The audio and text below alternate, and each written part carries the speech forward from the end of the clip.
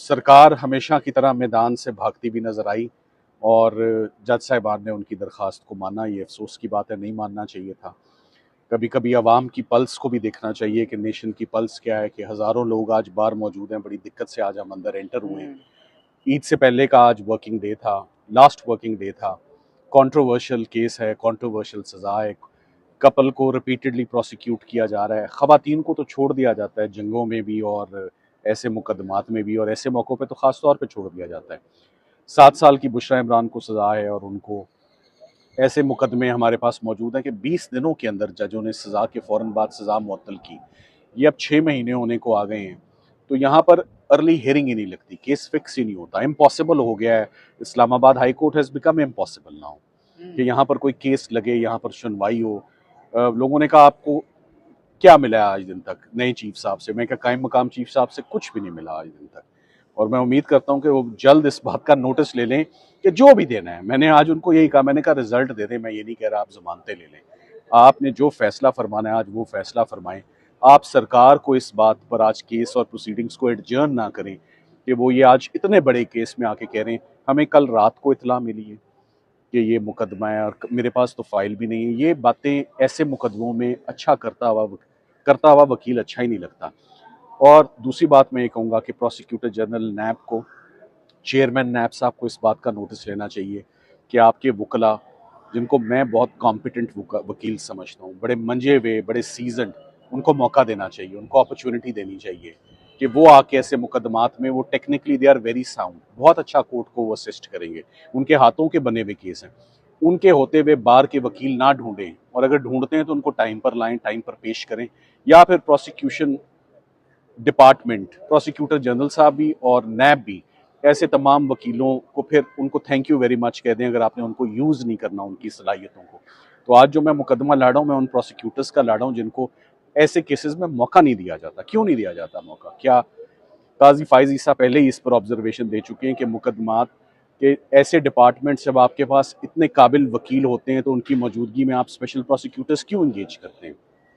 तो special prosecutor को engage करना इसलिए नहीं होता कि आके बहाना लिया जाए कि अभी उसको इंगेज करना है। और क्या हाई कोर्ट का नोटिस करना बेमानी हो गया है नैब के लिए?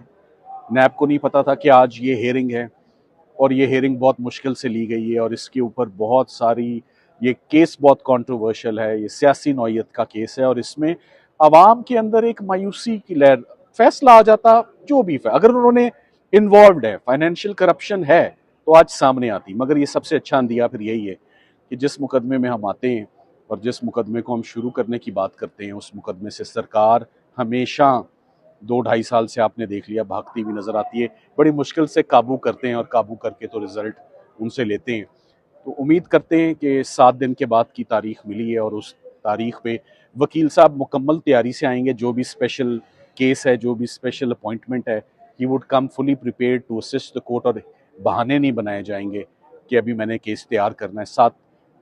7 दिनों के बाद जो तारीख हमें बुध वाले दिन की मिली है, इंशाल्लाह रिजल्ट आएगा। और पेशन गोई है मेरी, अच्छा, पेशन गोई है आज ये भी जी जी जी कि पेशन गोई है कि ये केस भी, इसका भी वही हाल होगा जो साइफर का हुआ, और इसमें भी इमरान खान साहब और बुशरा इमरान के लिए वही रिजल्ट आएगा जो साइफर में, इद्दत निकाह में और तोशा खाना वन में आया।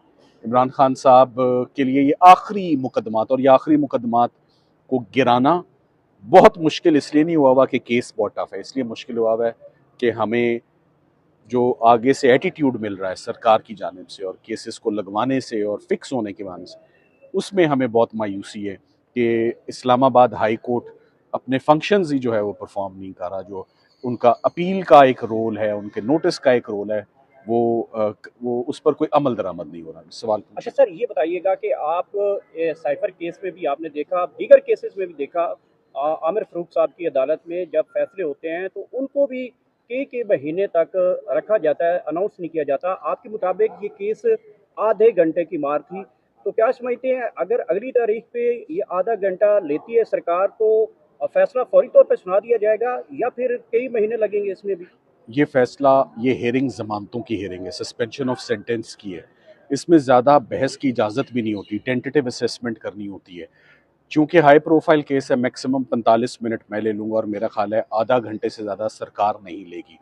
ये टोटल हेयरिंग घंटे 1.5 घंटे की, और इसका फैसला देर एंड देन दस्ती मौके पर होता है, और ऑर्डर शॉर्ट ऑर्डर वही होता है, और लॉन्ग ऑर्डर भी एक आधे दिन के अंदर हो जाता है। मेन मकसद, मेन बात क्या थी कि लोग जो बेगुनाह अंदर हैं, अदालतों का ट्रेंड है, अभी सुप्रीम कोर्ट से आ रहा हूँ, सुप्रीम कोर्ट ने कहा आज हम और मुकदमात नहीं देखेंगे, सिर्फ जिन लोगों को छोड़ना है और जिनका हक बनता है ना घर जाने का, आज हम वो केसेस सुनेंगे।